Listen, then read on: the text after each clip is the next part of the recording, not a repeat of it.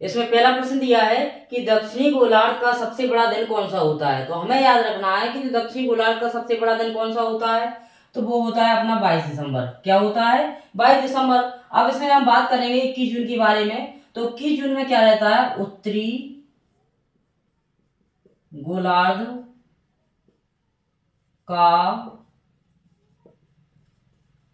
सबसे बड़ा दिन।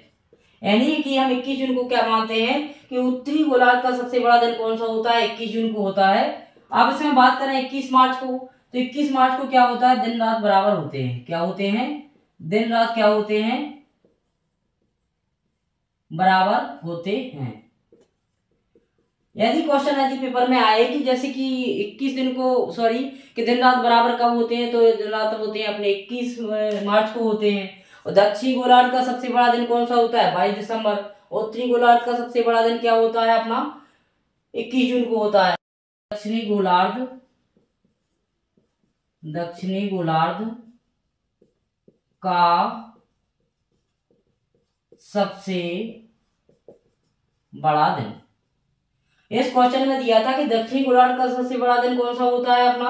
22 दिसंबर होता है। और उत्तरी गोलार्ध का सबसे बड़ा दिन कौन सा होता है? 21 जून होता है। और दिन रात बराबर कब होते हैं?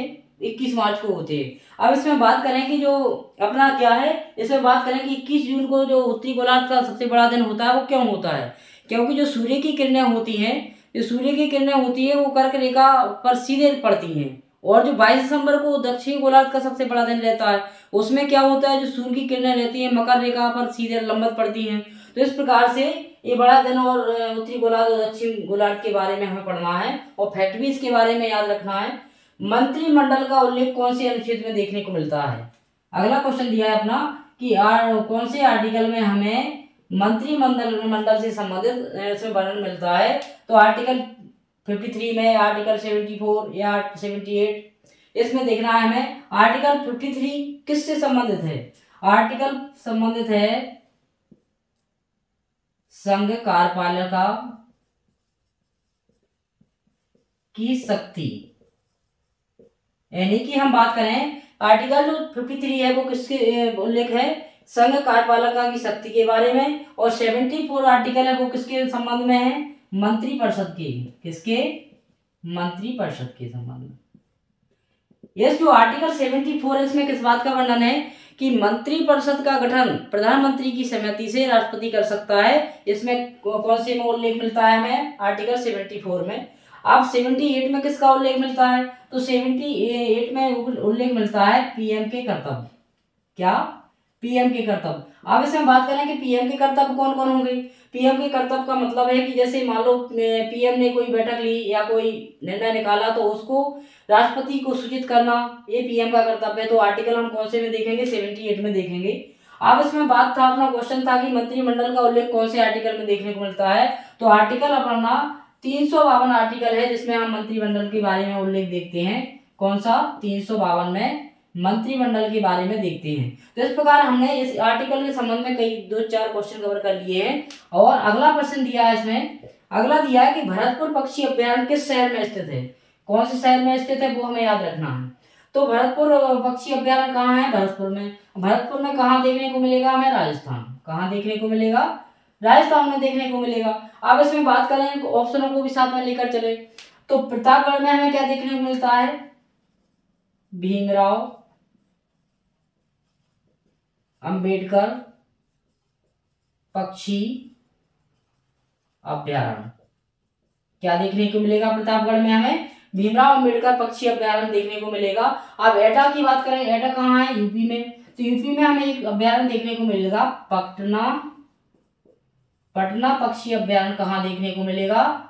उत्तर प्रदेश के एटा में हमें पटना पक्षी अभ्यारण्य देखने को मिलता है। कभी कभी इसमें बच्चे कंफ्यूज हो जाते हैं कि पटना दिया रहता है तो ऑप्शन यदि पटना मिल जाता है तो पटना ही लगा देते हैं, लेकिन ऐसा नहीं है क्योंकि पटना पक्षी अभ्यारण्य कहाँ है? अपना उत्तर प्रदेश में है। अब गौतम बुद्ध नगर यानी कि नोएडा, नोएडा में हमें क्या देखने को मिलता है? तो इसमें देखने को मिलता है हमें ओखला पक्षी अभ्यारण्य। अब इसमें बात करें जो ओखला पक्षी अभ्यारण्य है वो कहाँ देखने को मिलेगा हमें, गौतम बुद्ध नगर, कहाँ, नोएडा में। अब इसमें क्वेश्चन था कि भरतपुर पक्षी अभ्यारण्य किस शहर में स्थित है, तो वो भरतपुर राजस्थान में है। अगला दिया कि मध्य प्रदेश में जीवाश्म राष्ट्रीय उद्यान कहाँ स्थित है, यानी मध्य प्रदेश में राष्ट्रीय जीवाश्म राष्ट्रीय उद्यान कहाँ स्थित है, तो वो हमें ध्यान रखना है, वो कहाँ है, अपना डिंडोरी में। कहाँ है, जिला डिंडोरी में स्थित है, तो हमें याद रखना है। अब सीधी में क्या है, सीधी में हम कौन सा राष्ट्रीय उद्यान देखेंगे, संजय गांधी, कौन सा, संजय गांधी राष्ट्रीय उद्यान, नेशनल पार्क। अगला शिवपुरी में क्या देखने को मिलेगा हमें, माधव नेशनल पार्क, या फिर बोले माधव राष्ट्रीय उद्यान, माधव राष्ट्रीय उद्यान। अब इन क्वेश्चनों को हम थोड़ा रिवीजन कर लेते हैं। रिवीजन करने से हम हेल्प हो जाती है कि फर्स्ट क्वेश्चन दिया था अपना कि दक्षिणी गोलार्ध का सबसे बड़ा दिन कौन सा होता है, 22 दिसंबर होता है। लेकिन क्यों होता है, क्योंकि सूर्य की किरणें मकर रेखा पर लंबवत पड़ती हैं, इस कारण 22 दिसंबर को दक्षिणी गोलार्ध का सबसे बड़ा दिन होता है। अब उत्तरी गोलार्ध में क्यों रहता है, क्योंकि कर्क रेखा पर किरणें पड़ती हैं, इस वजह से 21 जून को बड़ा दिन होता है, और दिन रात कब होंगे, 21 मार्च के बराबर होंगे। अगला क्वेश्चन दिया था इसमें कि मंत्रिमंडल का उल्लेख कौन से आर्टिकल में देखने को मिलेगा अनुच्छेद में, वो 352 आर्टिकल में। इसके साथ हमें कवर करना है आर्टिकल 53 में हमें संघ कार्यपालिका की शक्ति के बारे में वर्णन मिलता है, और 74 है मंत्रिपरिषद के गठन से संबंधित या उनकी जो शक्तियां हैं या उनके वर्ग हैं, और 78 में पीएम के कर्तव्य या सूचना देना राष्ट्रपति को अपने निर्णय के बारे में। अगला दिया था कि भरतपुर पक्षी अभ्यारण्य किस शहर में स्थित है, तो वो भरतपुर राजस्थान में देखने को मिलेगा हमें। भीमराव अम्बेडकर कहाँ देखने को मिलेगा, प्रतापगढ़ में। पटना पक्षी कहाँ मिलेगा, उत्तर प्रदेश एटा में। ओखला कहाँ मिलेगा हमें, गौतम बुद्ध नगर, नोएडा। और ये अपना भरतपुर, तो भरतपुर में राजस्थान में है। मध्य प्रदेश में जीवाश्म राष्ट्रीय उद्यान कहाँ देखने को मिलेगा हमें, डिंडोरी में। माधव नेशनल पार्क शिवपुरी में। संजय गांधी हमें सीधी में। इस प्रकार हमें याद रखना है। अगला क्वेश्चन दिया है कि सचिन तेंदुलकर को भारत रत्न से कब सम्मानित किया गया, तो हमें भारत रत्न के बारे में कुछ फैक्ट याद रखना है कि किस क्षेत्र में दिया जाता है, कला के क्षेत्र में दिया जाता है, साहित्य के क्षेत्र में, विज्ञान के क्षेत्र में, और समाज सेवा के क्षेत्र में दिया जाता है। लेकिन इसमें एक बात विशेष याद रखना है कि भारत रत्न में कोई राशि नहीं दी जाती, इसमें राशि का प्रावधान नहीं है, यानी राशि कोई नहीं दी जाती है। तो भारत रत्न सचिन तेंदुलकर को कब मिला, 2014 में। कब मिला, 2014 में। अब 2014 में सचिन तेंदुलकर को मिला, किसको मिला, सचिन तेंदुलकर को। साथ में और किसको मिला 2014 में, सीएन राव को, यानी सीएन राव के साथ साथ सचिन तेंदुलकर को और सीएन राव को। अब इसमें बात याद रखना है सचिन तेंदुलकर के बारे में थोड़ी, तो सचिन तेंदुलकर की आत्मकथा का नाम क्या है, प्लेइंग इट माय वे, जिनको क्रिकेट का भगवान कहा जाता है सचिन तेंदुलकर को। इस प्रकार हमें याद रखना है। अगला क्वेश्चन दिया, दिल्ली शहर की स्थापना किसने की, तो दिल्ली शहर की स्थापना तोमर वंश ने की। किसने की, तोमर वंश ने। यानी हम दिल्ली के बारे में बात करें तो दिल्ली जब महाभारत के समय, कब, महाभारत के समय दिल्ली का नाम क्या था, इंद्रप्रस्थ। इंद्रप्रस्थ इसका दिल्ली का नाम था, हुआ करती थी इसका इंद्रप्रस्थ के नाम से। लेकिन तोमर वंश के राजा थे तो उन्होंने किसने करवाया, अनंगपाल ने। किसने, अनंगपाल ने दिल्ली की क्या करवाई, स्थापना करवाई। यदि पेपर में क्वेश्चन आ जाए कि दिल्ली शहर की स्थापना किसने करवाई, अनंगपाल ने, और पहले इसका नाम क्या था, इंद्रप्रस्थ। महाभारत के समय दिल्ली शहर की स्थापना तोमर वंश के अनंगपाल ने करवाई थी। मध्य प्रदेश का सबसे अधिक जनसंख्या वाला जिला, तो सबसे अधिक जनसंख्या वाला जिला कौन सा है, अपना इंदौर है, लगभग 32 लाख के समथिंग है। तो इसमें याद रखना है इंदौर सबसे अधिक पॉपुलेशन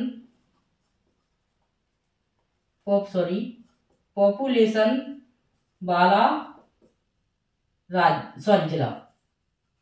तो सबसे अधिक पॉपुलेशन वाला अपना मध्य प्रदेश का जिला कौन सा है, वो है अपना इंदौर। और इंदौर को मध्य प्रदेश का सबसे स्वच्छ शहर कहा जाता है।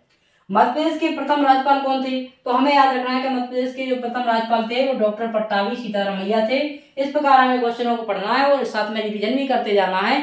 यदि आप क्वेश्चनों को अच्छे तरीके से याद बनाए रखने के लिए आप नोट्स बना सकते हैं और उनको लिख सकते हैं, इस क्वेश्चन को कवर कर सकते हैं।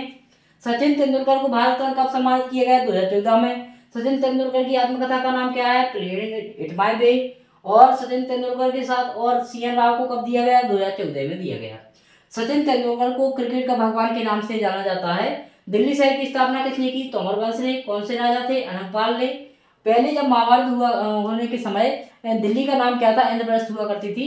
मध्य प्रदेश का सबसे अधिक जनसंख्या वाला जिला कौन सा है? अपना इंदौर है। इसकी 32 लाख के समथिंग जनसंख्या है, यानी सबसे टॉप पर है पॉपुलेशन के क्षेत्र में। अब मध्य प्रदेश की प्रथम राज्यपाल कौन है? अपनी पट्टाभी सीतारमैया है। इस प्रकार हमें क्वेश्चन करना है। यदि आपको हमारा वीडियो अच्छा लगा तो कमेंट करें।